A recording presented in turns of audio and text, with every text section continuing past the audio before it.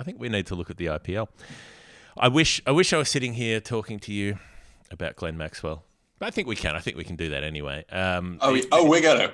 Yeah, we've got the way they do it, where they squeeze 4 teams into 2 in the final, but not by a conventional knockout. The top 2 teams play off for a spot in the final, and then the next 2 play a knockout, and then the winner of that plays the loser of the first game, and so on. Royal Challengers Bangalore, they've been a star-crossed team for so long. They actually. They seem to have something going this season, but what they did seem to have going was entirely Glenn Maxwell will win the match for you. 6 half-centuries through this IPL. Seemed like every time I watched an RCB game, it was sputtering along after the power play, having a pretty slow scoring rate, and then Maxi would come in and make a quick unbeaten 50 and get them to a competitive score, and they'd be able to work it out from there. And that all worked very well up until the eliminator, when the squeeze was so squeezy that, I mean, I felt sorry for him, because he was left there with, Kohli got out, AB de Villiers gets out, Maxwell's there on, about a runner ball 12, looking around going, shit, we're 5 down here, we don't have a lot left to help me out. And Sunil Narine bowled one of the great spells of his career that involves many great spells, knocked over all of those 3 plus another 4 for bugger all, and was able to put the squeeze on a pretty slow scoring deck. But if we can cast our eye just across the season of Maxwell that was, tell me about that so I can think about it for one last time. Been thinking about it for a long time. It was a deeply enjoyable experience as a Maxi fan. Obviously, I've worked with him for a couple of seasons now at Stars, and you feel a little bit, to say the least, invested in how he does, and want him to, smash it over there. And the long running, mixed love affair that the IPL has had with Maxi, and that he is such a marketable, charismatic cricketer, but it's only ever translated to runs and effective runs in the IPL once, and that's back in 2014. And that was, one of the great IPL seasons, and he tore it up and then has flattered to deceive ever since. And it's just quite weird that actually this season, nothing's really changed. He's playing roughly a similar role. He's playing in a side that's maybe slightly better than he has been, certainly better than the Kings 11 or Punjab Kings side that he was playing in last year, which was an absolute shower. And he's come into a team with RCB this year, which, they've, like you say, struggled a little bit at the top. Kohli slowing down after the power play, Padikkal being a bit up and down with the bat, and it's a bit, it's never quite coming together. But there's a clear plan there, and they played some good cricket. I've really enjoyed watching them. But part of the reason why I've really enjoyed watching them is because Maxi's had this very clear role of coming in the middle overs, hitting spin, and trying to hit sixes consistently, and seemingly being given license to do so. And it did feel like, there was that viral picture that went off on Twitter of Kohli with his head bowed when Maxwell gets out to Narine in that final game, and he skies one. He's playing he's a bit of a hack, to be honest, because he was almost like in spirit in that picture. That is the end of the season. It was obviously the game situation, but it was more just like Maxwell has been the driving force of this campaign. He has been the spiritual leader. Obviously Kohli on the score sheet, but Maxwell kind of in the ether. And when he got out, the dream died. But I put some stuff online the other day about, according to our CricViz numbers, that 2014 campaign for Maxwell was, I think, the 5th best IPL batting campaign ever. If you various qualifications, and then this one was, I think, the 10th best ever. And there's only 2 other guys that have got two seasons in the top 10, and it's Gale and AB de Villiers. Now you can talk about his consistency, about whether or not he's been up and down. He's had many more terrible seasons than Gale and AB. But if you're churning out 2 of the great individual campaigns, where does the conversations, rest? Where does it end up when we're talking about your legacy as an IPL player? It's probably pretty damn high. And so whilst it's been nice to see him just, performing in a very specific, quite tactically interesting role, and a role that I think will translate really bloody well to the Australian team in the World Cup, it is also nice to kind of sit back and, not get too in the weeds of it, and just assess that, this is a guy who has, for a player of his obvious genius, has struggled to kind of, pin winners' medals on his greatness that'll last the test of time. And so it would have been nice if we could have carried them all the way there. But I think these kind of individual contributions, they do endure in a way that, the great test innings do, and the way that great ODI innings do.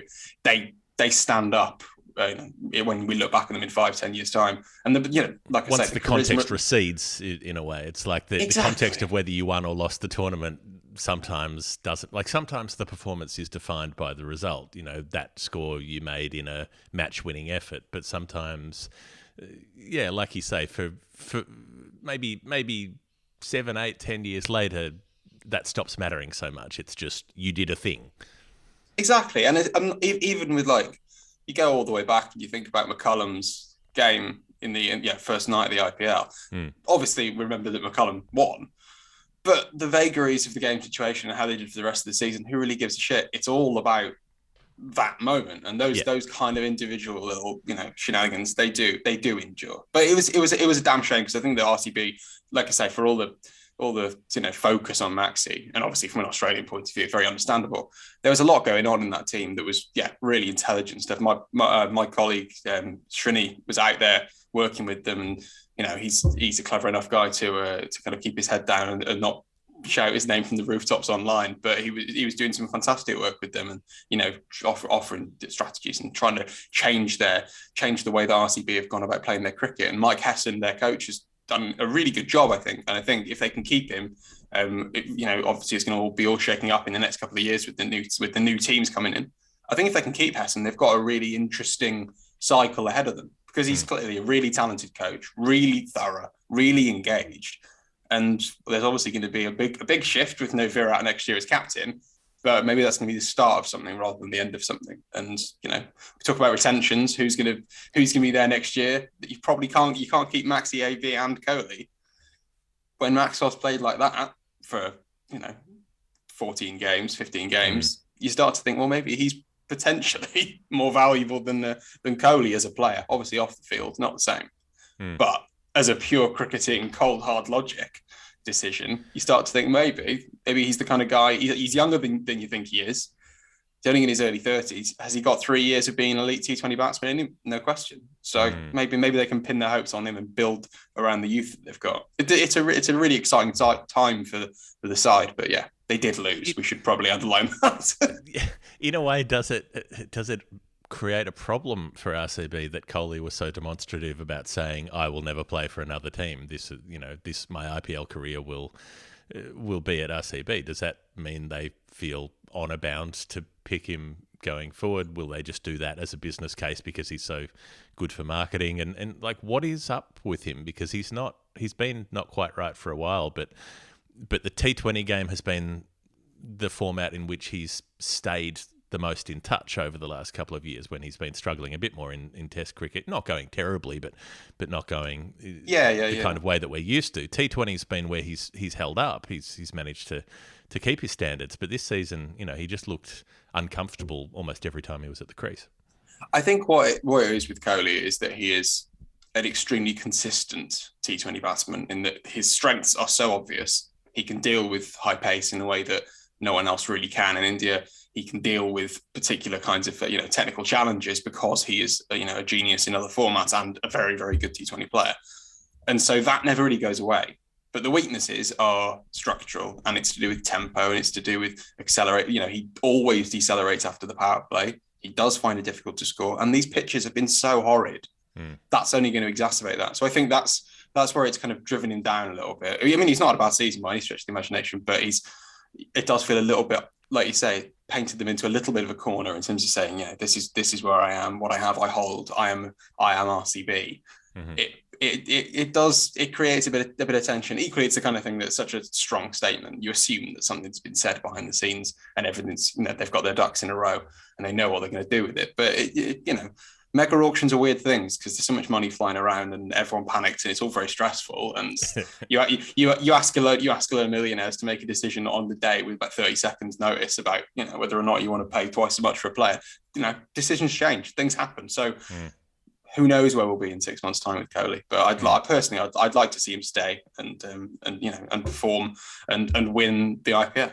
Yeah. He is the kind of, it feels, again, we talk about the fact that the context does fall back, but a player as iconic as Kohli not winning the IPL does feel a bit like Steven Gerrard not winning the Premier League in England, or that kind of, it's a big notable absence from their CV.